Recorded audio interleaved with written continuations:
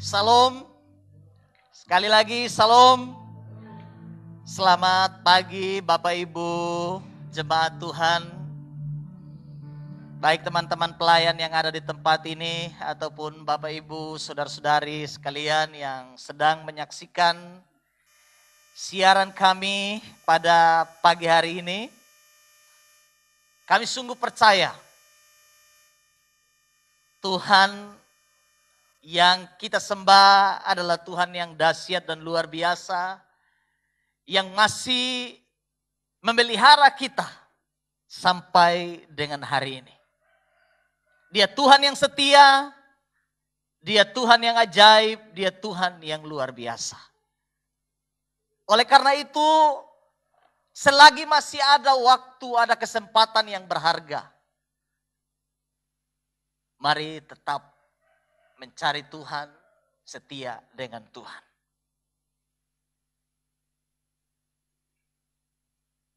Kita akan sama-sama belajar kebenaran firman Tuhan pada pagi ini dari Mazmur 103 ayat yang pertama hingga ayat yang kelima.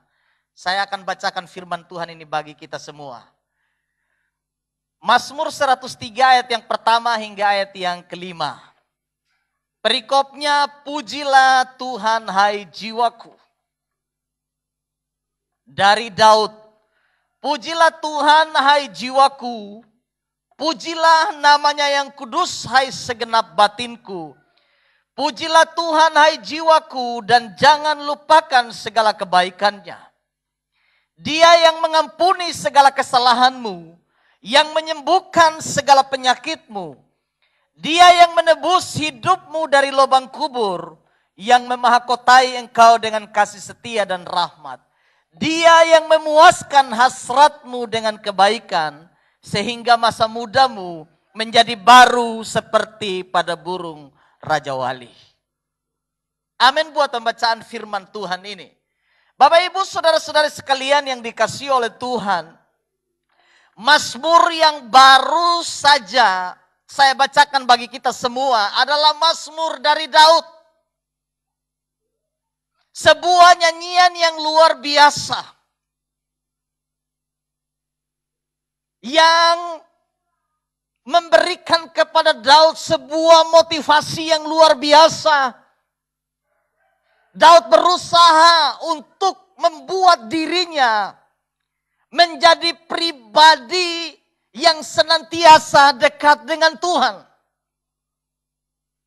Itu sebabnya dalam nyanyian ini, Mazmur Daud berkata, pujilah Tuhan hai jiwaku. Daud mendorong dirinya untuk memuji Tuhan. Daud mendorong jiwanya untuk memuji Tuhan. Pujilah Tuhan, hai jiwaku. Bapak Ibu saudara sekalian yang dikasihi oleh Tuhan. Pemazmur menyadari dalam seluruh keberadaan hidupnya, ia merasakan sesuatu kekosongan di dalam jiwanya. Dan itu tidak bisa diisi oleh apapun.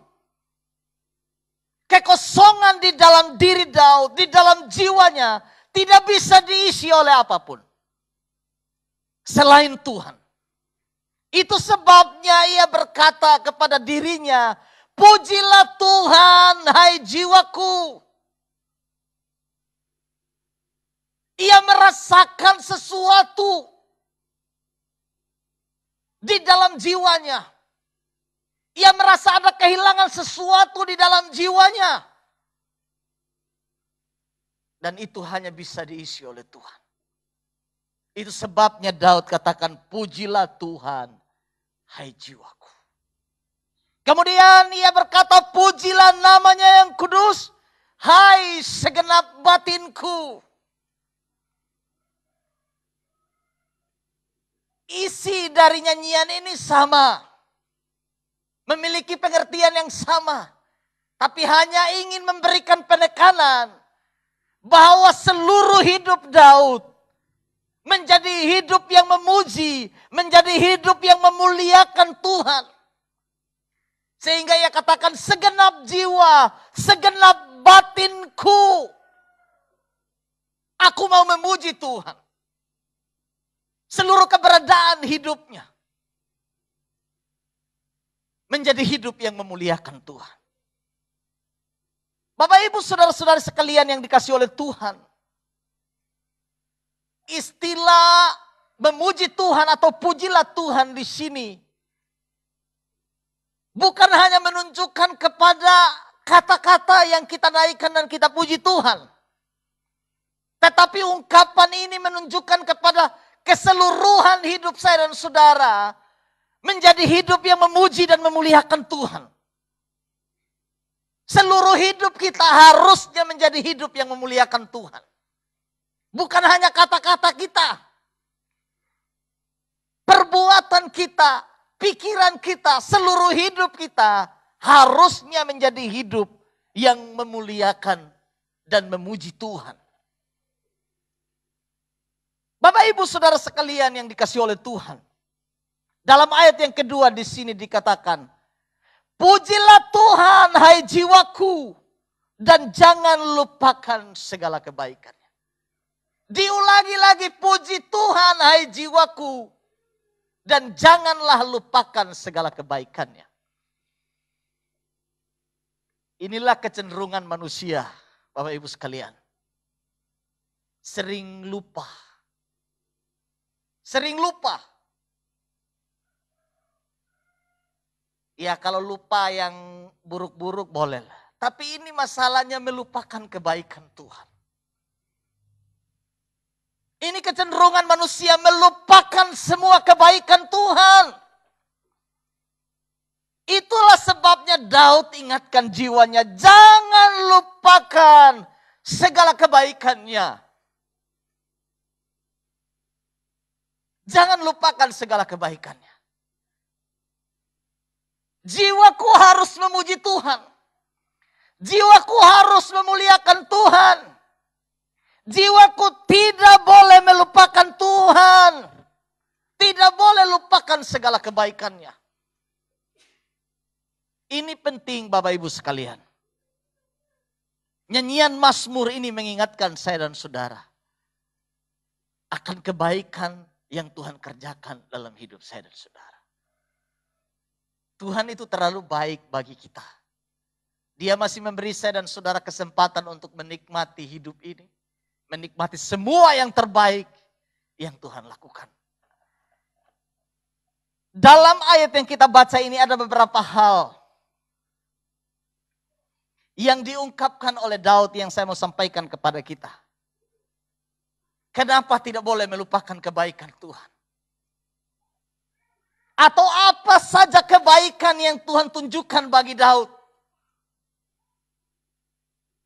Sehingga tidak boleh dilupakan.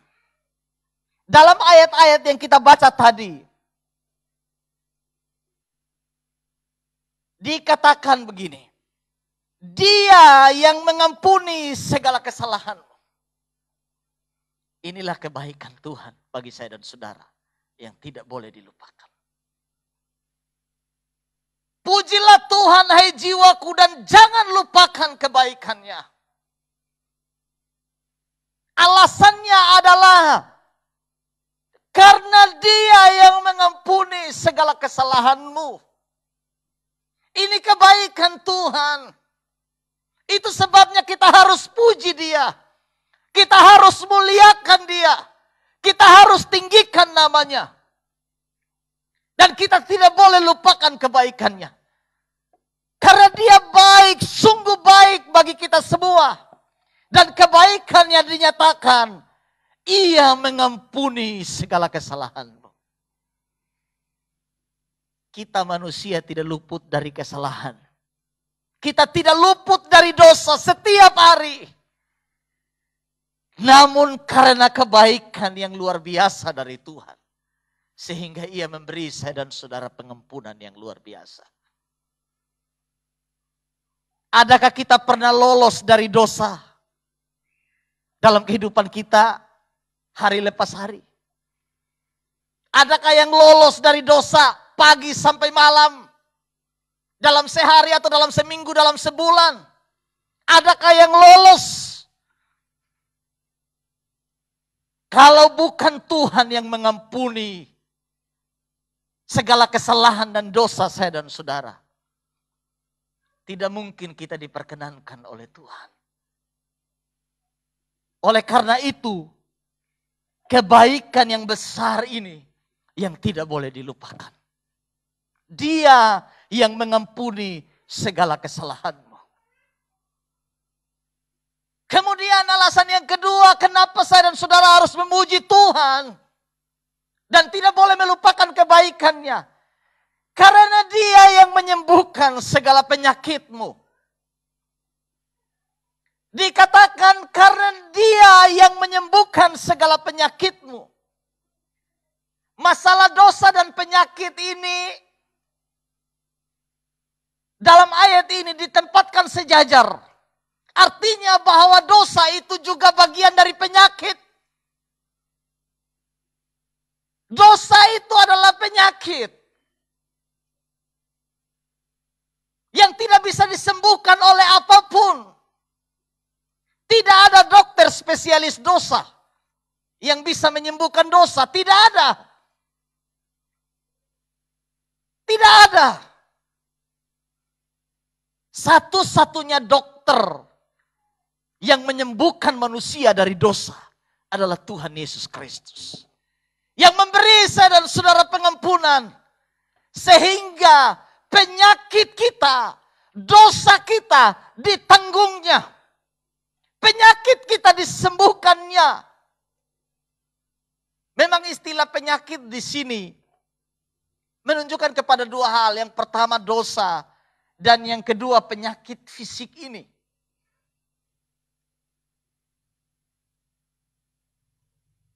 Saya dan saudara punya penyakit yang tidak bisa disembuhkan. Kecuali Tuhan yang menyembuhkan itu. Itulah sebabnya kita bersyukur punya Tuhan yang baik. Kita harus memuji Tuhan karena Dia yang menyembuhkan segala penyakit saya dan saudara. Mungkin kita sedang mengalami penyakit yang tidak bisa disembuhkan oleh apapun. Tuhan penyembuh saya dan saudara. Amin Bapak Ibu. Tuhan penyembuh kita. Dia pemulih saya dan saudara. Dia penolong yang menyembuhkan segala penyakit kita. Mungkin kita berkata dokter tidak bisa menyembuhkan penyakit saya. Tidak ada obat yang menyembuhkan penyakit saya.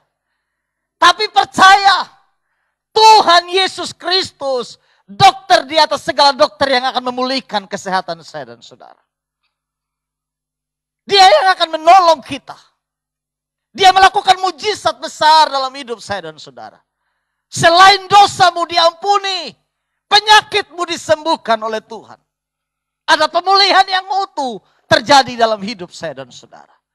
Itulah kebaikan Tuhan yang tidak boleh kita lupakan. Kemudian Bapak Ibu sekalian, kenapa saya dan saudara harus memuji Tuhan? Dikatakan di sini, karena Dia yang menebus hidupmu dari lubang kubur. Dosa, penyakit, dan lubang kubur. Ini menggambarkan apa? Lubang kubur itu menggambarkan apa? Maut, kematian, lembah kekelaman. Dosa, penyakit, dan maut itu memiliki kesejajaran karena upah dosa itu maut. Upah dosa itu kematian. Dan gambaran lubang kubur di sini menunjukkan bagaimana hidup manusia di dalam dosa sedang berada di dalam lembah kekelaman. Berada di dalam lembah kematian. Sebentar lagi akan binasa. Tetapi di sini firman Tuhan berkata, Dia yang menebus hidupmu dari lubang kubur. Dia yang menggantikan hidupmu dari kematian. Sehingga tadi kehidupan kita yang hampir binasa Menjadi kehidupan yang diperbaharui, yang ditebus oleh Tuhan. Hidup kita sudah digadaikan kepada maut, kepada iblis. Tapi Kristus datang sebagai penebus. Sehingga ia rela mati bagi saya dan saudara. Dan kita boleh memperoleh kehidupan. Jadi istilah menebus di sini. Ada korban pengganti yang dikerjakan Kristus bagi hidup saya dan saudara. Istilah menebus juga di sini mungkin Bapak Ibu kalau pernah ke pegadaian, menggadaikan barang, dan kemudian saudara menebus barang itu dari sana. Seperti itu kira-kira gambaran penebusannya. Saudara dibebaskan, kita dibebaskan. Dan Kristus menjadi korban penebusannya. Bapak Ibu saudara sekalian yang dikasih oleh Tuhan. Sehingga hidup kita yang tadinya diambang kematian, diambang maut. Hidup kita dipulihkan, diangkat dari kebinasaan. Dan hidup kita menjadi hidup yang dipenuhi dengan damai dan sukacita Tuhan. Kemudian yang berikut, kenapa saya dan saudara harus memuji Tuhan? Dikatakan di sini dalam ayat yang keempat, ia memahkotai engkau dengan kasih setia dan rahmat. Istilah memahkotai di sini menunjukkan kepada bagaimana penghargaan yang diberikan Tuhan atas hidup saya dan saudara. Hidup yang tadinya hampir binasa, hidup yang tadinya hampir mati, hidup yang tadinya penuh dengan dosa tidak berharga. Tapi karena kasih setia yang besar, hidup kita diambil, diangkat dari sana, dan engkau dimahkotai, diberi penghargaan, hidupmu dihargai. Sehingga saya dan saudara yang tadinya orang-orang berdosa yang layaknya dihukum,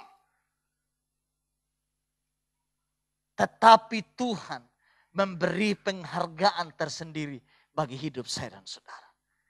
Sehingga kita ini adalah orang-orang percaya yang berharga di mata Tuhan. Tadi hidup hampir binasa.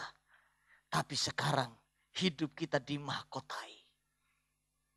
Diberi penghargaan. Dikatakan di sini, dimahkotai dengan kasih setia dan rahmat. Alasannya dengan kasih setia dan rahmat. Itulah yang menjadi penghargaan tertinggi. Bukti dari penghargaan Tuhan, Dia berikan kasih setia dan rahmat bagi saya dan saudara. Itu sebabnya pemazmur menyadari ini. Dan dia katakan, pujilah Tuhan, hai jiwaku, dan jangan lupakan segala kebaikannya. Kemudian yang terakhir di sini Bapak Ibu sekalian. Kenapa kita harus memuji Tuhan? Karena Dia yang memuaskan hasratmu dengan kebaikan. Sehingga masa mudamu menjadi baru seperti pada burung Raja Wali. Dia memuaskan hasratmu dengan kebaikan. Sehingga masa mudamu menjadi baru seperti pada burung Raja Wali. Apa maksudnya ini sehingga Daud menyinggung soal burung Raja Wali? Dia memuaskan hasrat kita dengan kebaikan. Dia mengembalikan kekuatan yang luar biasa bagi saya dan saudara. Dia memberikan pemeliharaan yang sempurna bagi kita.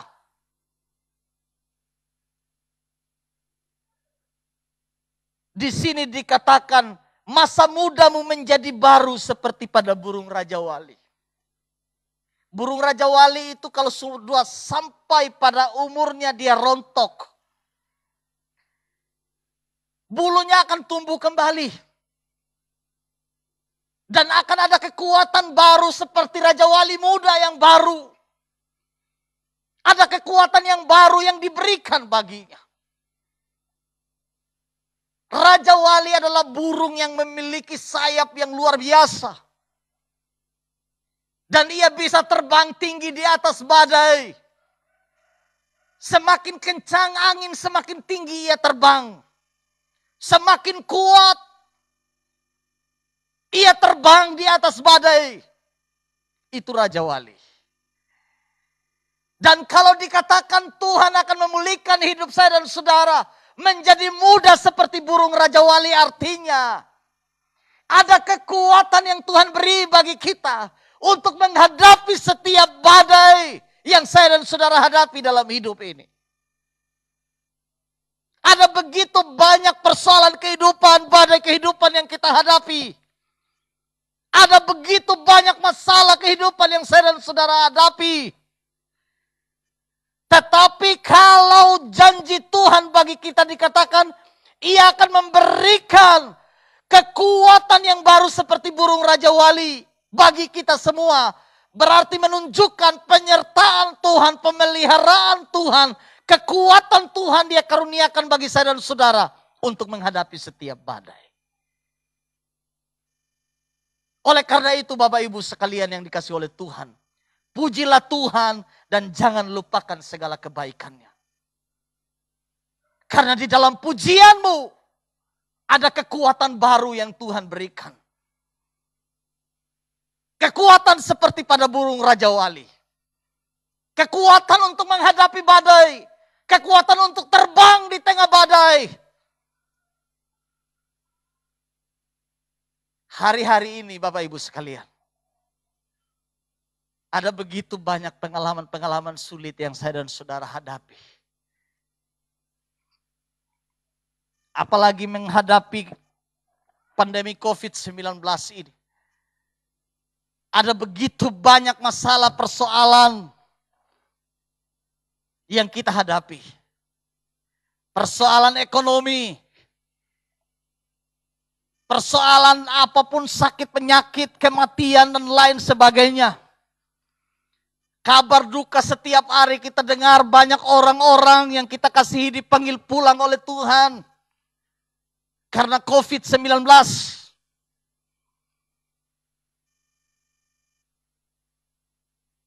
Tapi percayalah. Percayalah. Tuhan memberi kekuatan bagi saya dan saudara untuk hadapi setiap persoalan ini. Kuncinya, pujilah Tuhan dan jangan lupakan segala kebaikannya. Pujilah Tuhan dan jangan lupakan segala kebaikannya. Karena ada kekuatan baru. Kekuatan seperti pada burung Raja Wali. Mungkin Tuhan izinkan badai ini terjadi dalam hidup saya dan saudara. Supaya kita belajar untuk mengembangkan sayap. Mungkin Tuhan izinkan COVID ini terjadi. Supaya kita belajar untuk tidak melupakan kebaikan Tuhan dalam segala keadaan. Justru di tengah-tengah keadaan seperti ini, membuat saya dan saudara seharusnya merenung betapa baik dan dahsyatnya Tuhan pelihara saya dan saudara sampai hari ini. Oleh karena itu Bapak Ibu sekalian yang dikasihi oleh Tuhan, jangan takut menghadapi apapun. Jadilah orang Kristen yang memiliki kekuatan Raja Wali, yang mampu terbang tinggi di tengah badai. Apapun itu, hadapi dengan kekuatan Tuhan. Karena kita percaya Dia bersama dengan saya dan saudara di dalam segala keadaan. Kasih setia Tuhan dari selama-lamanya sampai selama-lamanya atas orang-orang yang takut akan Dia. Saya sungguh percaya Tuhan pelihara, Tuhan jaga, Tuhan lindungi kita semua sampai kapanpun. Bapak Ibu saudara sekalian yang juga menyaksikan siaran ini. Ambil waktu dengan Tuhan. Mungkin engkau di rumah lagi sibuk. Ambil waktu dengan Tuhan. Ini hari-harinya Tuhan. Jangan buang-buang waktu, jangan buang-buang kesempatan dengan kesibukan yang tidak menjamin apapun dalam hidupmu. Engkau boleh sibuk bekerja, engkau boleh sibuk membangun usaha dan lain sebagainya. Tapi jangan lupakan Tuhan dalam segala keadaan. Karena kalau sampai waktunya, semua yang saya dan saudara miliki dalam hidup ini tidak akan pernah menjamin engkau kuat menghadapi segala sesuatu. Kecuali kau dekat dengan Tuhan. Kecuali kau berpegang kepada janji-janji Tuhan. Pada akhirnya dunia ini, saya dan saudara akan tinggalkan. Dan kita tidak akan mengharapkan apa-apa. Kita tidak akan bawa pulang apa-apa. Kecuali satu, iman di dalam hidup saya dan saudara. Harus menjadi jaminan yang menuntun kita sampai kepada kekekalan.